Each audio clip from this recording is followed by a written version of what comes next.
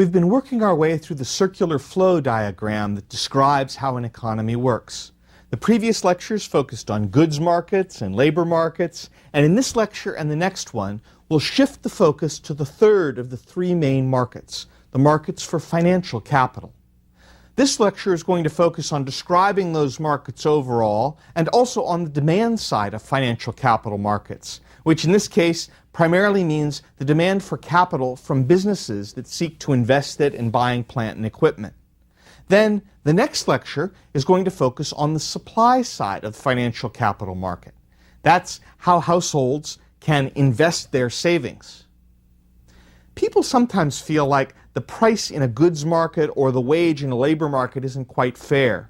But rarely do they feel like the entire market should be treated as completely illegitimate. However, many people do have a nagging sense that the payment of interest, which is the price in a financial capital market, is somehow just wrong. Why might this be? Well, goods are tangible and visible.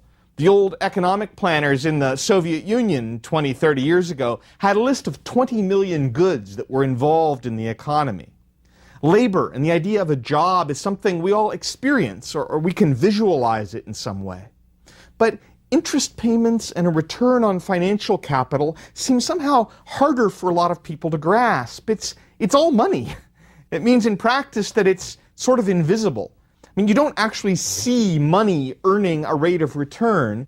You just see printed financial statements. There's also a long-standing prejudice, especially in Western thought, against financial capital markets. That is, against certain forms of paying a return to those who invest. In the Middle Ages in Europe, charging interest used to be considered a sin of usury. In fact, Jews were often in the money-lending business because they were under no religious prohibition to avoid charging interest on loans. It's still true in some Islamic countries today that there's a prohibition on charging interest, which, as you can imagine, tends to make running a bank kind of a complicated business. In Shakespeare's play Hamlet, Polonius says to Laertes, "Neither a borrower nor a lender be, for the loan oft loses both itself and friend, and borrowing dulls the edge of husbandry." It was never morally questionable or a sin to pay wages or to buy a good. No one ever said, never a worker or an employer be, never a consumer or a producer be. It's only borrowing and lending that seems to make people queasy. We need to step past that if we're going to talk about markets for financial capital. There's also, I think, a common semantic confusion about the idea of investment, which tends to make things complicated. On one side, the term investment sometimes refers to financial investment in stocks and bonds. But investment is also used to refer to when businesses buy physical capital, like machinery or new buildings, and invest in new plants or equipment. So when you talk about investment and people who are investing, typically you're referring to how they supply financial capital and how they seek a high return without too much risk. But when you refer to firms who are investing, you're actually referring to how they are demanding financial capital so they can buy physical plant and equipment. This term investment ends up being used both talking about supply of financial capital and demand for financial capital. Now, I'm going to try and keep this clear by referring to financial investment, when I mean the supply of financial capital, and physical capital investment or capital investment when I'm referring to demand for financial capital to buy machinery and equipment. But I will inevitably slip up now and then, and just to be warning you, other folks often will be even less clear than I am about this distinction. So you should be aware that when talking about investment, it has these two separate meanings, and be clear of which one is actually being used. Financial capital markets can be interpreted in the same basic supply and demand framework as markets for goods and markets for labor.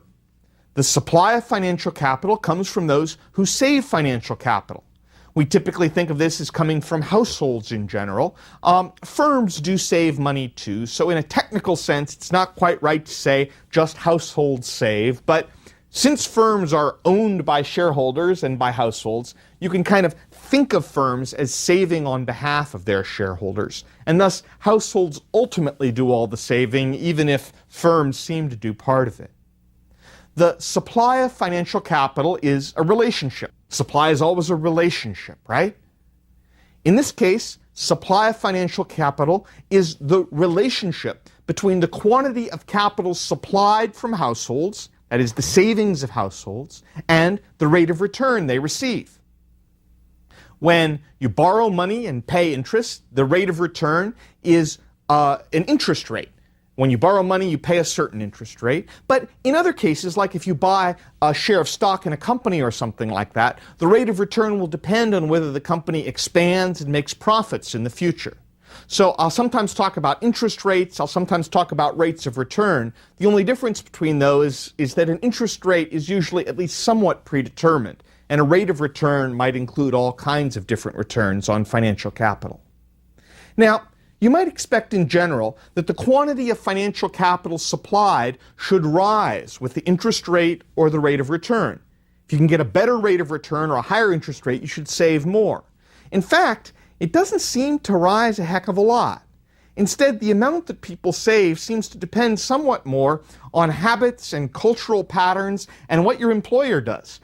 If your employer automatically puts a certain amount of what you earn in a retirement account, well, then you save. And if your employer doesn't do that, well, then you don't save. And that seems to be the biggest factor that really influences how people supply financial capital. What about demand for financial capital? Demand for financial capital is a relationship. Demand is always a relationship, right? In this case, it's a relationship between the quantity of capital demanded by borrowers and by those who want financial capital and the interest rate or the rate of return that they need to pay. Demand for financial capital comes from people who want the use of the funds now, and they're willing to pay a rate of return in exchange for being able to use those funds now.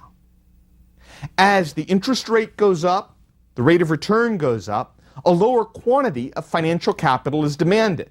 Now, you can imagine this more easily, I think, in terms of people. You can imagine that people buying houses and cars and such are more likely to buy when they can borrow at a low rate of interest. And similarly, firms are more likely to invest in plant and equipment and physical capital when they can get money at a low rate of interest.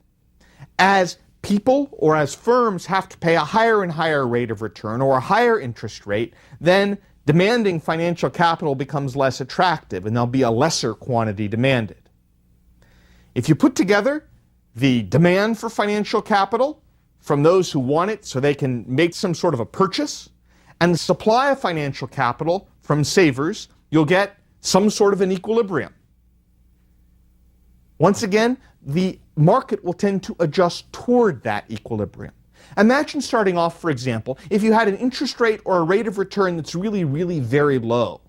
At a very low rate of return, lots of firms and individuals want to borrow and receive a large quantity of financial capital because they don't have to pay very much interest. But not many savers are going to think it's worthwhile to save money at that low rate of return, that low interest rate. And so there'll be a low quantity of financial capital supplied. In that situation, the quantity of financial capital demanded would be high, the quantity supplied would be low, and with that extra demand, there'll be a shortage of financial capital, and the interest rate will tend to rise over time. In general, the interest rate will tend to rise up to the point until at some rate of return, the quantity demanded of financial capital will be equal to the quantity supplied. As always, equilibrium is going to be where quantity demanded and quantity supplied are equal to each other. There are actually many different capital markets for financial capital, just as there are many different labor markets, and they're defined by the different characteristics of the investments that are out there. For example, who is it who is receiving the financial investment? Is it a large firm? Is it a small firm? Is it an individual buying a house? Is it the government? What's the financial history of whoever is receiving that financial quantity of funds? Is it a loan that they're receiving where they're promising to pay interest? Is it buying a share of the business like stock? What form does the investment take? And all of those different kinds of factors will then play a role in what the rate of return looks like, in what demand and supply are going to look like in that individual market for financial capital. Each rate of return that's paid, each rate of return being the price in the financial capital market, can be broken down into three different factors. The three factors are a compensation for the expected inflation that might occur, a compensation for the level of risk, and a compensation for what we'll call the time value of money. Let me walk through each of those three one at a time. In a world with inflation, on average, goods are going to cost more over time. So, if you're a saver, if you're putting money aside, you need to get a positive rate of return on the funds that you've invested just to keep up with inflation. Now, a rate of return is typically expressed as an annual percentage. You say something like, I got a 5% rate of return, I got a 10% rate of return. And you mean over the course of a year. Now, that rate of return, the rate of return you receive, economists call the nominal interest rate. The nominal interest rate is the actual interest rate which is charged or paid. But in a world with inflation, where on average goods are costing more and more over time, you need to get a positive nominal rate of return just to keep up with inflation. For example, if inflation is 3%, so on average goods cost 3% more each year, and you get a nominal return of 3%, you're just running in place. The return you got is just keeping up with inflation. So what you really want to know is, how much are you ahead of inflation? And that measurement of how much you are ahead of inflation is called the real rate of return, or the real interest rate. So to calculate the real interest rate, you would take the nominal interest rate and subtract the rate of inflation. The interest rate minus the inflation rate is referred to as the real interest rate. So, say the inflation rate is 4%, the nominal interest rate, or the rate of return, is 9%. Then, you're getting 9%, but inflation is 4%, so your real gain, the gain above inflation, is 5%. Some years back in the late 1980s, I was crossing into Mexico for a day trip one day. And as you crossed over the border, there were these giant billboards that were advertising 80% returns if you put your money in the bank. And of course, that opened my eyes. But the 80% return was a nominal return, paid in Mexican pesos. And since in Mexico, the inflation rate at that time was actually something like 100%, you would actually be getting a negative real rate of return, even if you had a nominal rate that was positive 80%. Second part of what rate of return is including. Part of the rate of return is compensation for a level of risk you are taking, and whether you're going to be repaid on time, or even whether you're going to be repaid at all. If a small firm borrows money, it typically has to pay a higher interest rate or a higher rate of return than a large firm. And a large firm typically pays more than, say, the federal government. Why is that? Well, small firms are more vulnerable. They're more vulnerable to twists and turns of the economy. They're more likely to go broke. They're less likely to repay. And a riskier borrower will need to pay a higher rate of return to make up for that risk that they're imposing. The third part of the rate of return is the time value of money. That's a payment for being willing to put off consumption for a time. Even if inflation was zero, even if risk was zero, you would still have a need for a positive interest payment or a positive rate of return.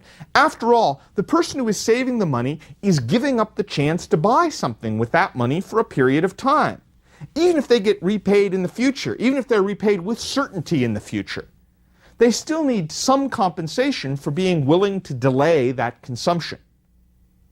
So, when you look at rates of return across an economy, inflation is typically the same across a whole economy.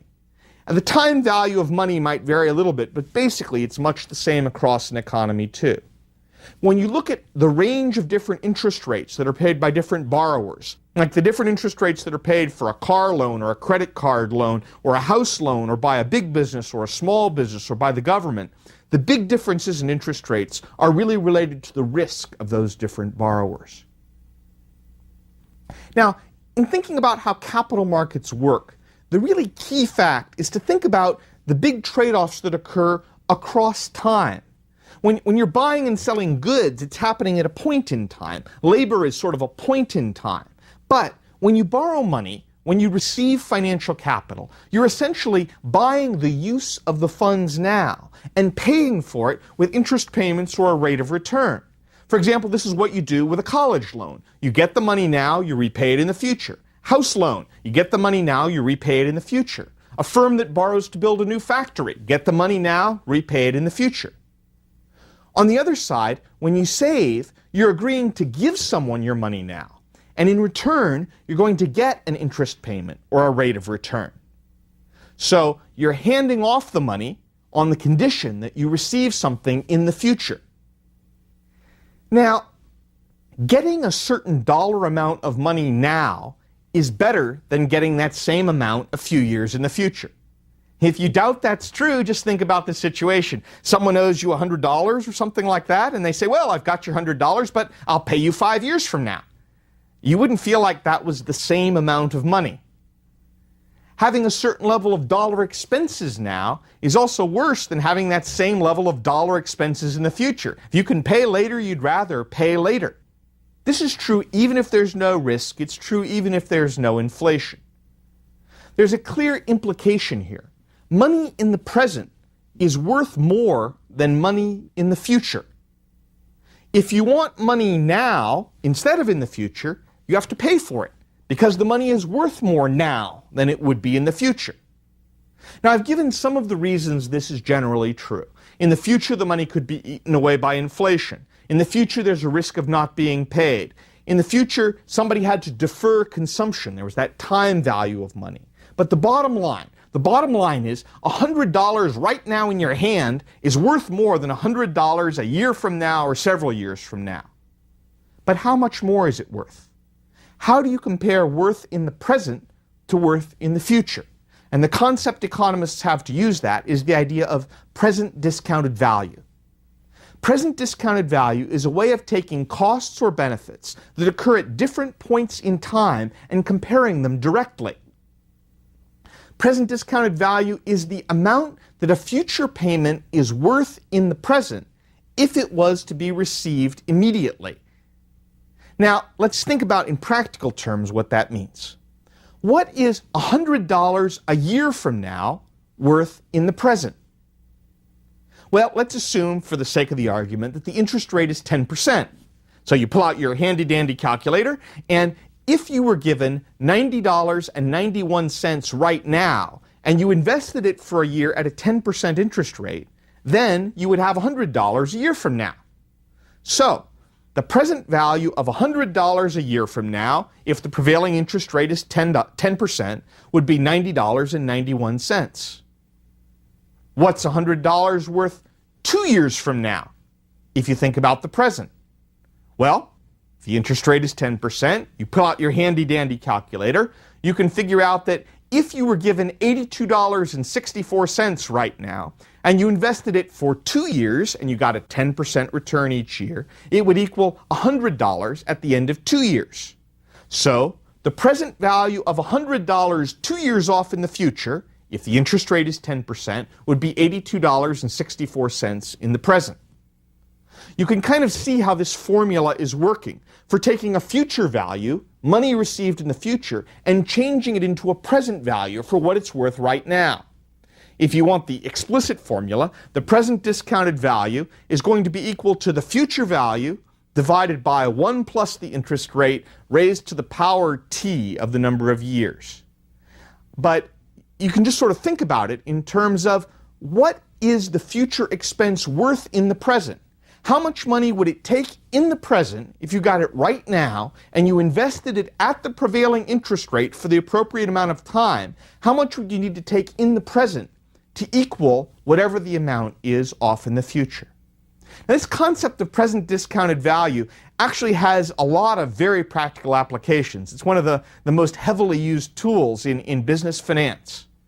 In business investment decisions, for example, businesses have to think about investment expenses that they incur right now when they build new plant and equipment, and returns they would get off in the future after they can produce stuff with that equipment.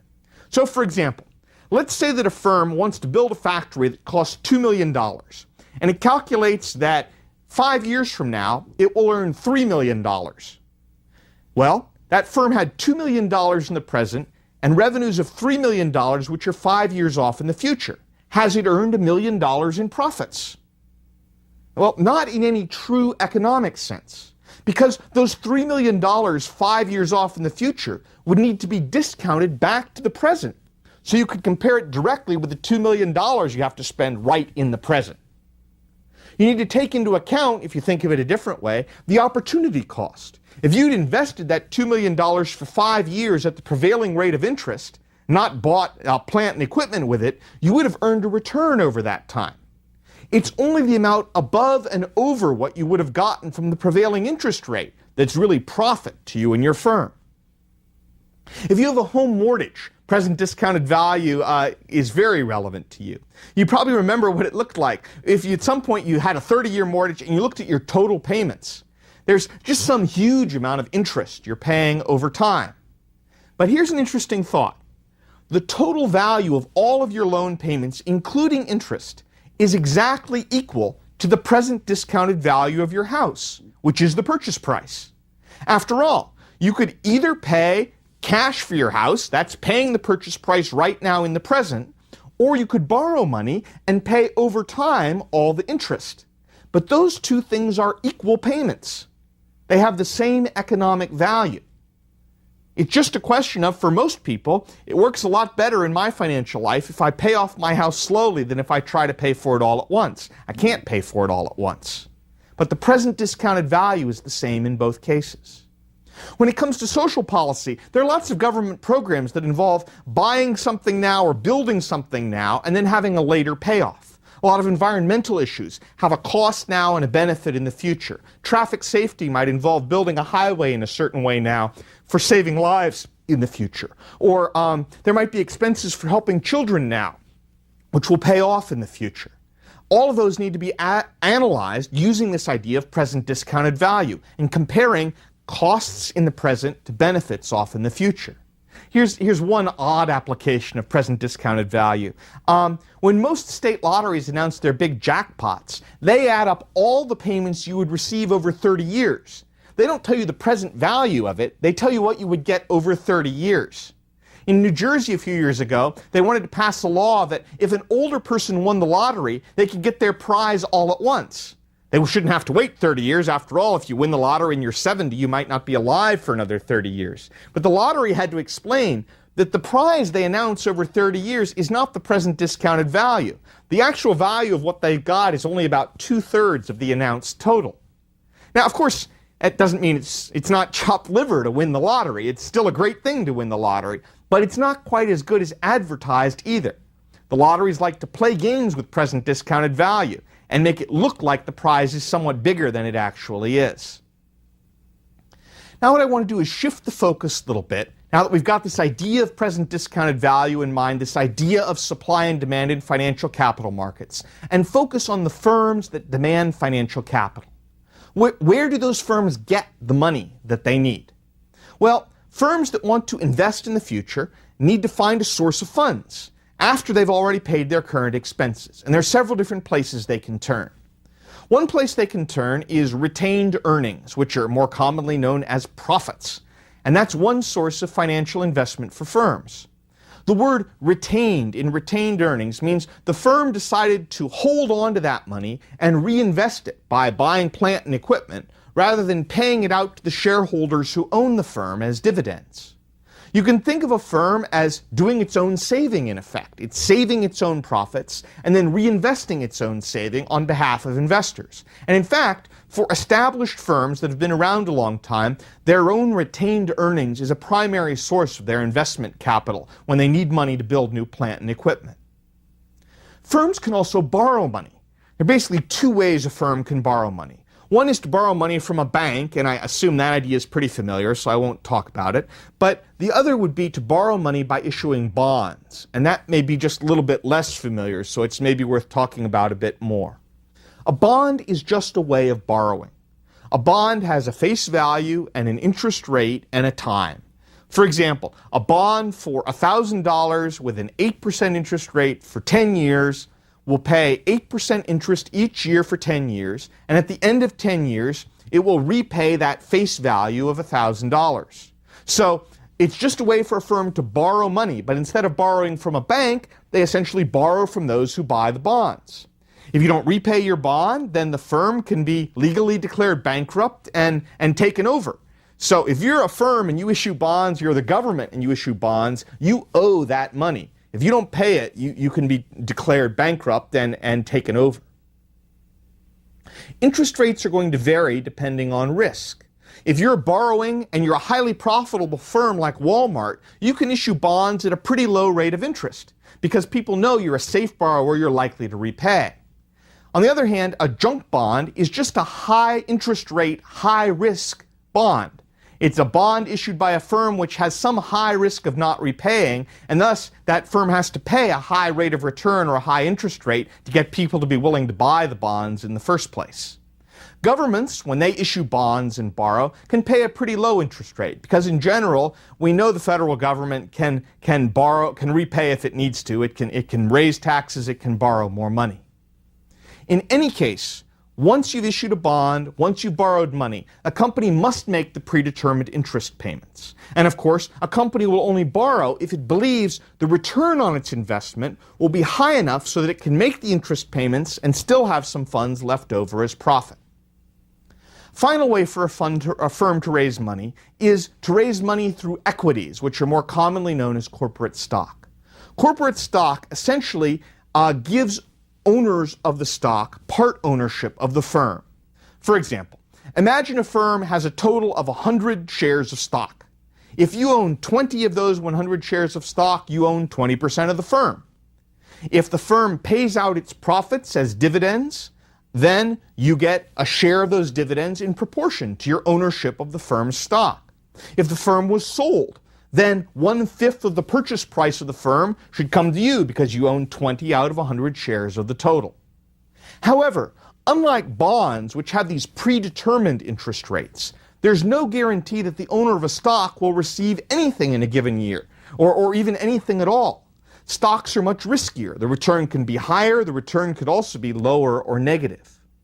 Stock tends to be most often used as a way for younger and smaller companies to raise money, more than for established companies. So the typical overall pattern is that very small firms need to find money from specialized funds like venture capital investors or sometimes what are called angel investors, rich people who want to put their money into small companies.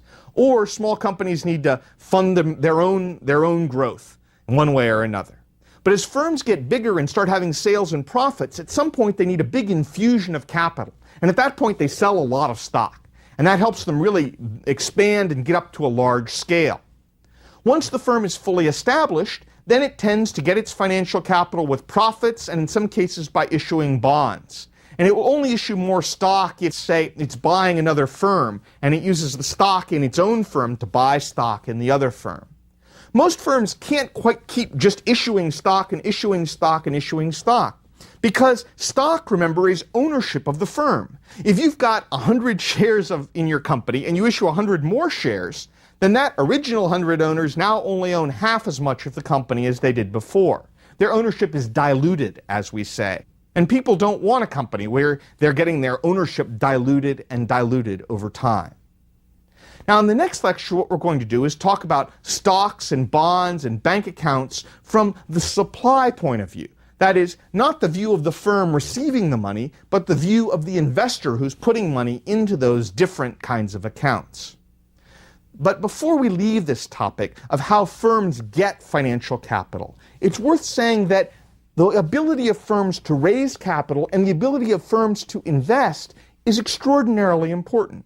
Because investment and the ability of firms to buy new plant and equipment is one of the main contributors to economic growth over time. It's one of the main contributors to expanding productivity and expanding the standard of living. We'll talk much more about this in the macroeconomics lectures of this course, but suffice it here to say that the U.S. has tended to lag behind much of the industrialized world in the proportion of its economy that is devoted to saving and devoted to investment on the part of firms. And in the long run, if firms aren't investing in new capital and equipment, this can be highly detrimental to a country's long-run growth in its standard of living.